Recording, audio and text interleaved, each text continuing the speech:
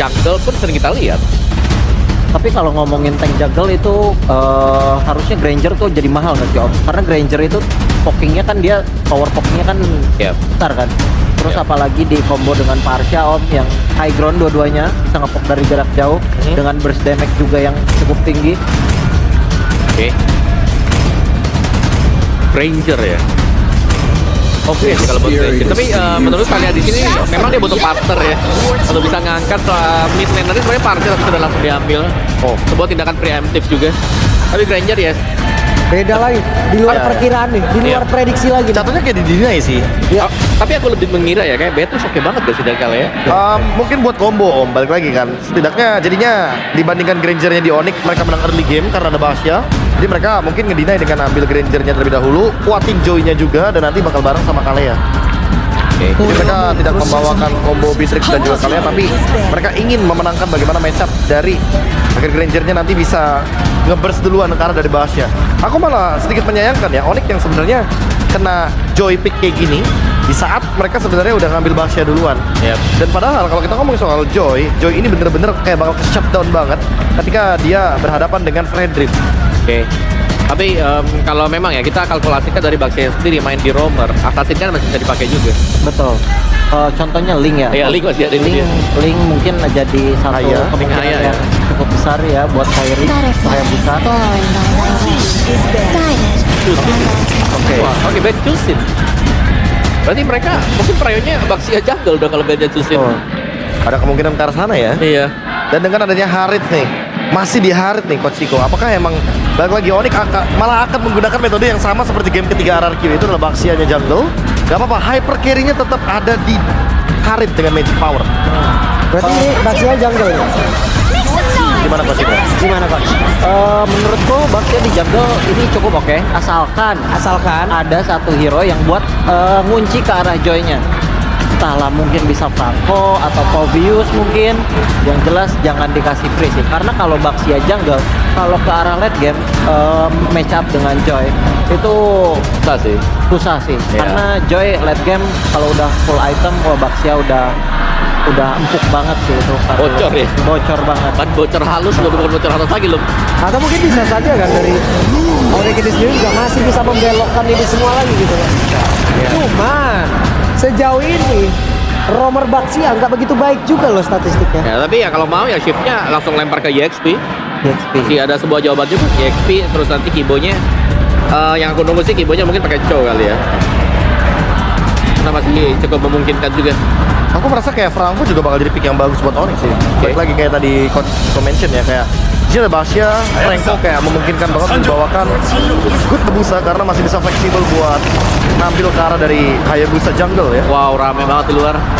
Gokil festival. Luar biasa. Dan supportnya bener-bener sampai ya kepada para pemain. And spirit dan energinya Om.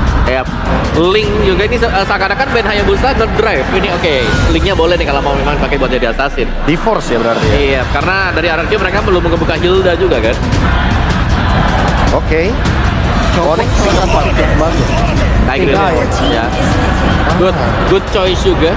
Tanpa Ini ya biar tetap jadi misteri untuk Masih Basya. flex. benar, Ya, masih flex banget. Karena last pick-nya tetap masih bisa ngebawain karena Masya loh. Ini Masyanya nggak di-ban. Masya ataupun Link juga masih bisa, ataupun dia mau pick EXP lagi.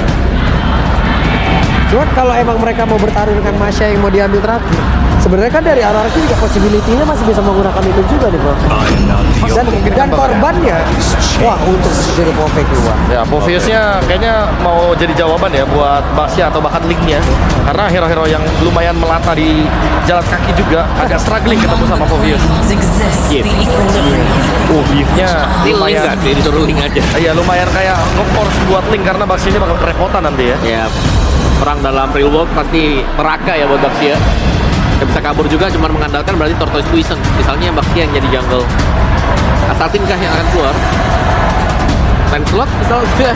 Lagi di saat mungkin udah ada Kalea kayak gini Om. Ya nggak sulit. Dan Link. Memang di drive buat menggunakan Link. Dipaksa sih lebih tepatnya.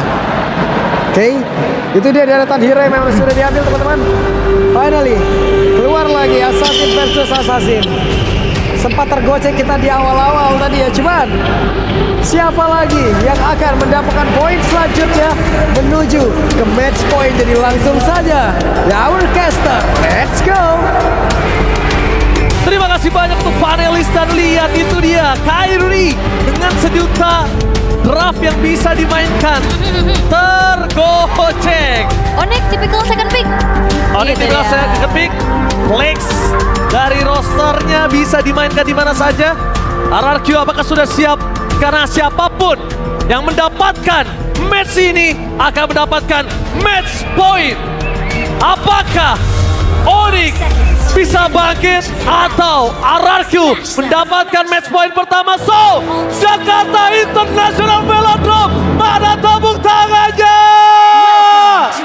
Let's go to the lane of down. Wah, semakin malam semakin ramai tentunya bagaimana keramaian yang ada di sini.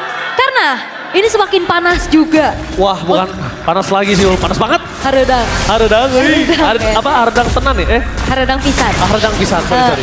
Nah, kalau lihat ini dia ternyata gak selalu melulu ya Bang. Dia ini di jungle atau bahkan di hero ini kembali lagi dengan EXP lane dengan fleksibilitas dari role-nya juga yang akhirnya bisa dimanfaatkan oleh Onyx. Munculnya Link. Tentunya dengan adanya Fatal, Season Hunter, membawa Kara Warcry juga dengan emblem Assassin. Akan semakin mempertambah lagi bagaimana targeting ke arah belakang. Karena dari tadi kalau kita ngeliat di game sebelumnya, Onyx ini kesulitan untuk bisa mengunci keberadaan dari Toy dan juga Rit. Tapi tadi sempat dipikirkan dengan adanya Eve berat untuk hero-hero jalan kaki apalagi Baxia. Jadi mau nggak mau mereka reset, mereka switch Kyrie dengan Link yang dia nggak harus jalan kaki dan bisa langsung ke black line dari tim RRQ. Ya, dia parkour soalnya nggak jalan kaki ya. Iya. Dia lompat dari tembok ke temboknya juga dan ya itu sebuah twist draft lagi yang ditunjukkan juga oleh Onyx bagaimana akhirnya munculnya sosok assassin untuk bisa mengincar lini belakang. Oke. Sementara Idok kembali dengan hero inisiasi dan itu adalah powernya dia juga dan terlihat kalau kita udah ngeliat dari sebelum-sebelumnya Idok dengan kaliannya online banget, bahkan di game sebelumnya itu udah benar-benar menjadi salah satu faktor kemenangan untuk mereka. Satu hal yang cukup menyeramkan dari tim Onyx dan harus diatasi oleh RRQ adalah Savero dengan Haritnya. Jujur, Savero dengan Haritnya ini mengerikan banget sih kalau menurut gua. Iya, iya. Cepet banget ya dia movementnya juga, cooldownnya juga dan Turtle yang pertama sekarang sudah mau ditetap dan T-Boy akan mencari informasi terlebih dahulu. Oke, informasi telah didapatkan di mana menzoning out T-Boy adalah sebuah jawaban dari Tyron. Tapi dengan retribusi yang didapatkan, T-Boy masih punya flicker for defensive. Tapi kali ini berpasukan dari tim RRQ. Mereka sepertinya miss satu calculate dan itu dia. No purple buff untuk Joy. Ya, memang yang diupayakan oleh Onyx adalah mereka coba untuk cari trade aja. Mereka nggak mau kontes karena dari Turtle-nya secure ke purple milik dari Sutsujin. Gak ada pertukaran lagi yang bisa dilakukan oleh RRQ kecuali ya coba ke arah jungle-junglenya dan sepertinya gak ketahuan, gak kedeteksi lagi ada dua orang di sana. Oke, tapi lihat di depan sana, E-Boy tidak memiliki flicker, Tsunami Slam dikeluarkan tanpa adanya implosion covering up. Di luar manipulation saat menjadi target utama dengan tidak ada flicker saat satu yang terakhir, tapi sayang sekali Riz memaksa mendapatkan poin kill tersebut dengan Savero menuju ke arah mid lane. Ini akan menjadi sebuah pertempuran sangat luar biasa dengan damage yang cukup Idok akan ditumpahkan, tapi nampaknya di depan sana flicker save the day untuk Idok. Almost is never enough. Wah, dan itu dia sebuah backupan yang cepat dilakukan oleh RRQ. Gak segan-segan mengetahui Keyboy-nya ini gak punya item defense yang mumpuni. Gak ada flicker juga untuk kabur. Dan ditarik sudah dengan ada Tsunami Slam. Dan yang berbeda adalah Toy-nya ikut join. Beda dibanding di game sebelumnya Savero yang turun sendiri. Toy-nya akhirnya bisa dapetin 2 poin kill tabungan. Early game untuk Granger dengan persyaratan dia harus snowball. Ini bakal mengerikan buat RRQ. Tapi Gyron flicker for defensive. Mau tidak mau harus dikeluarkan. Karena 3 orang yang komit karena patut tim. Ini bakal coba untuk mendapatkan Dairon. Dan ingat Dairon, satu power yang harus ditutup sama Lutfi. Jadi kalau Dairon zoning out Onyx, Lutfi juga harus zoning out RRQ. Yap, Itu wajib. Harus ya, mirroring aja. Tapi kalau ngeliat dari Sunsnya juga ini yang emang struggle banget ya. Purify, dia gak bisa lari dari Sutsujin. Kalau dia flicker, dia gak bisa menghindari idoknya. Sehingga akhirnya tadi Sutsujin yang memang targeting ke arah Suns begitu optimal juga, tinggal gimana caranya RRQ mereka jangan sampai ngebawa ini ke arah terlalu late game. Oke. Karena Link dapetin power spike, Link bisa mainin lane. Bisa mainin semuanya. Itu Gak dia. ada yang bisa nutup jalan Link untuk kali ini. Melihat menuju ke arah Turtle, poin utama mereka dari tim Onyx adalah membuka vision terlebih dahulu. Sedangkan dari tim RRQ, mereka sudah standby dengan 5 pemain mereka menuju ke arah pit Turtle yang sangat penting untuk permasukan dari tim RRQ. Idok menunjukkan batang hidungnya, menandakan inisiasi power akan kuat, dan akhirnya Onyx daripada untuk mendelay, memaksakan keadaan ada baiknya disengage. Satu jawaban paling tepat. Itu dia ya, memilih untuk disengage karena kebetulan juga Kairinya memang sedang menjalankan satu wave di arah topnya, mendorong lagi, mencari farmingan di tempat yang sangat-sangat memungkinkan juga. Dan Idok, screening dari Idok ini sangat-sangat mengganggu pemain-pemain dari Onyx. Dia nggak bisa akhirnya menguasai area river. Oke, menit 5. Ini harusnya Kairi udah punya laning untuk bisa split push. Dan kalau misalnya RRQ mau coba ngutus Sutsujin untuk head to head dengan Kairi, pastikan ada cover atau enggak. Sama sekali dia dengan Winter. Tapi lihat di arah top lane, dengan damage tambahan Lutfi hampir ter-takedown. Dengan Rapid Blaster Pro up, membuat lepas dari tim Onyx mereka kehilangan daya badan. Keyboy harus punya badan satu, dan bahkan ini dia Tsunami Slam! Tanpa following up damage, tapi real manipulation tiba-tiba muncul. Sampai di depan sana belum terperangkap. Sama pasukan dari tim Onyx, ada dua tim yang berbelah dua. Idok tumbang, tapi Sapero terperangkap dan bahkan one last hand. Sapero almost is never enough. Hampir bertahan tapi nampaknya gagal. Membuat para pasukan dari tim Onyx mereka tetap hilang. Godlaner mereka adalah Sutsujin menutup di fight dengan satu buah point kill. Eksekutor Sutsujin dengan begitu baik, walaupun memang pertukaran terjadi antara kedua belah romer, tapi akhirnya keuntungan bisa dikantongi oleh RRQ dengan banyaknya point kill yang mereka ciptakan. Lagi-lagi 3000 gold difference. Iya, ini terlalu jauh sih, dan dominasi kembali ditunjukkan karena RRQ akan menuju ke arah match point di depan mata untuk mereka. Tapi balik lagi di game ini, jangan lagi sampai dibawa ke arah mid to the lane. Karena lihat Kairinya ini udah mulai mainin lane-lane yang berjauhan juga. Lane bawah udah mulai dimainin, terutama kalau ngeliat dari levelnya juga Kairi masih coba untuk mengejar. Gap 2 level ini akan menjadi sebuah keuntungan sangat-sangat besar untuk Sutsujin. Alright, di depan sana Tsunami Slam! Out of nowhere tiba-tiba membuat para pasukan dari tim Onyx terkena sedut, dan bahkan para pasukan dari tim RRQ dengan serangan kejut mereka berhasil mendapatkan 3 point kill yang kehilangan dari god lanernya, bahkan membalikan keadaan. Serangan kejut, terkejut-kejut. Dia mau ngagetin, dia yang kaget. Iya. Langsung keangkat Tsunami Slam dengan follow up ternyata yang cukup juga. Hero-hero kayak Ludwig, Keyboy ini sangat-sangat bisa dipok dan juga dipegangin sama Rins. Efek slow-nya, apalagi kalau ada di ujung dari root manipulation itu juga ada efek mobilize. Dan akhirnya perfect turtle My bisa God. diamankan oleh RRQ. My God, perfect turtle ini bahaya banget sih. Dari para pasukan dari tim RRQ mereka sudah mengungguli 5.500 gold difference. Meanwhile, para pasukan dari tim Onyx mereka cuma bisa melawan defense. Untungnya dengan ada Parsha, High Ground akan cukup lebih kuat. Oke, diusir mundur kali ini Toei-nya juga. Tapi ya, balik lagi, RRQ mereka harus kembali bagaimana men-set up keuntungan yang sudah mereka dapatkan ini di-convert menjadi sebuah kemenangan. Oh, Oh, Implosion! stop! Kali ini Barca ditutup dan Keyboy! This is your boy, Keyboy! Again, Implosion kalkulat dari Keyboy berhasil menutup sosok dari RRQ dengan agresivitas yang mereka miliki. Oke, ini dia Keyboy mulai bangkit dengan This is your boy. Yes, dan itu adalah reactive movement juga dari Keyboy ya. Di saat ada injak-anjak dari Idok dan langsung Implosion yang dibuka. Tapi masalahnya, tadi juga untuk purple buff dari Kairi itu keambil sama Farsa oleh Suns. Jadi agak sedikit berkurang tempo dari Kairinya juga. Walaupun memang udah jadi 2 modal item critical ya untuk ada Berserker Fury. Tapi daripada diambil sama orang, Iya benar, daripada masuk suci terutama ya. gimana menurut tahu? Menurut aku ya mendingan. Oh, Mona! Lemon, MPLID Extremer, Lemon kali ini menonton langsung RRQ di Grand Final bersama dengan Onyx, 2 raja dengan 1 champion Immortal Trophy.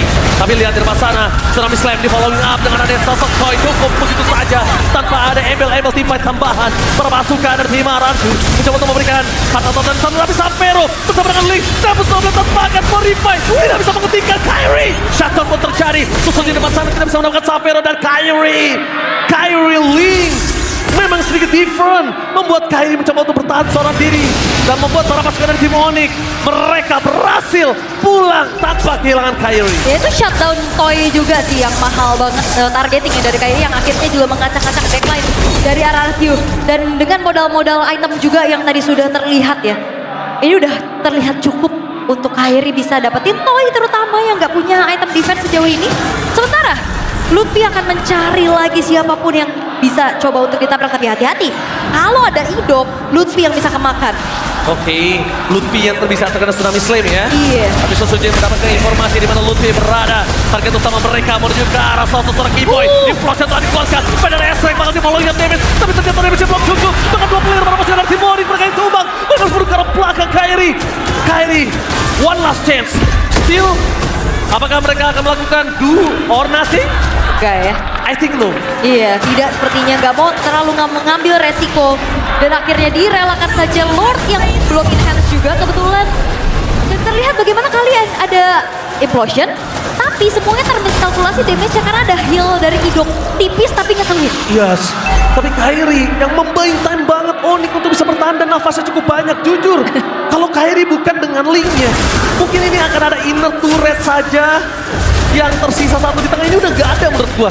Sisa base, bahkan gak ada holy defense. Kalau bukan link Kairi. Ini linknya lagi gawe banget loh. Linknya bener-bener ngasih baik time.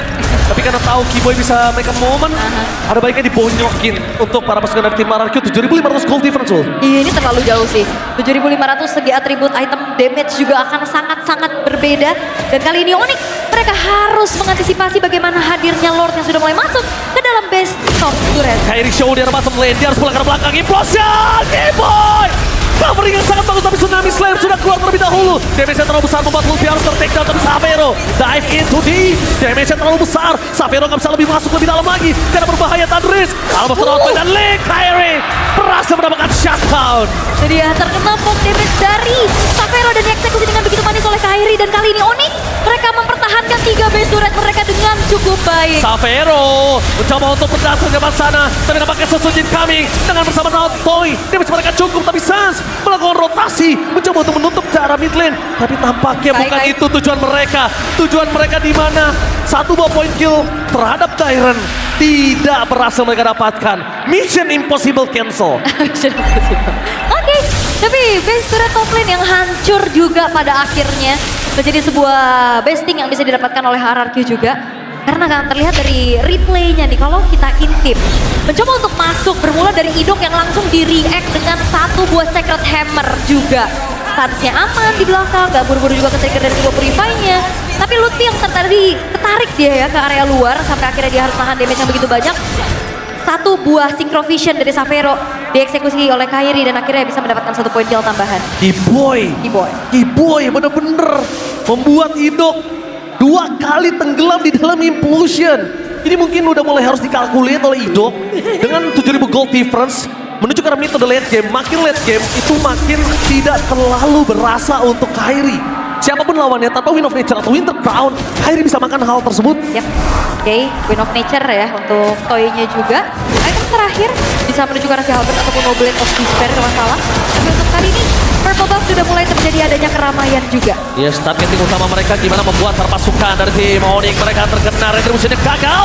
Bahkan Tyron merasa mendapatkan Keyboy. No flicker for this time. Keyboy ter-take down. Sama follownya damage. Parsia mencoba untuk lakukan covering up. Tapi Savero yang hanya bisa selamat dari 2 korban jiwa yang didapatkan oleh tim RRQ. Lord muncul. Tidak ada Lutfi. Tidak ada Keyboy. Nova dan kayaknya untuk mendapatkan steal mereka harus urungkan. Iya, kecuali mungkin ini Lord Evolve ya. Itu bakal ada paksaan buat kontes harusnya, cuman kali ini selagi masih adanya yang bisa menjaga teritori high ground seperti adanya Farsa, ini bakal coba untuk dilepasin dulu sama Onyx. Kebetulan juga ini masih Lord in hand yang pertama. Jadi setup defense yang harus akan dimaksimalkan selagi Suns-nya aman. Harusnya defensif high ground mereka masih bisa dijaga. Dan itu pun terbukti, lihat. Dengan adanya keunggulan mereka gold 8.500, mereka bahkan cuma dapetin 1 buah base turret dari top lane. Ya. Yang harusnya nabrak sekali, mereka punya power yang banyak. Dan bahkan lihat, penonton yang luar biasa banyak di festival. Bahkan kita lihat ada Pariki yang mungkin Jarang banget kita lihat Iya, datang iya. untuk nonton RRQ Udah ya. lama ya. Hadir langsung. Oke. Kita tunggu dari Onyx-nya nih, disorot juga nih ya. CEO-nya Onyx kan. Go Justin di mana Iya, ya? Ko Justin di mana nih Ko Justin? Alright, tapi untuk sekarang Three lane push. Oh, Real World Manipulation, Wow! no way! Gila, Saster takedown di saat adanya Marsha. Kali ini menjadi satu target utama mereka. Fokus karena Miska tidak mau berdiri terjadi. Dan sampai nggak bisa berdasar karena Susuti terlalu besar yang bisa diberikan. Looking for Wipeout. Kairi the one last man standing. Tapi nampaknya baik dan tidak bisa dilakukan. Dan Wipeout. Ini bencana. Match point untuk RRQ. raja dari segala raja sudah mulai bangkit. 3 games in a row yang akhirnya mereka tunjukkan sebuah sinkronisasi kombinasi skill demi skill membawa mereka menuju ke arah match point di depan mata, dan 1 game lagi yang mereka butuhkan untuk membawa pulang trofi. No way!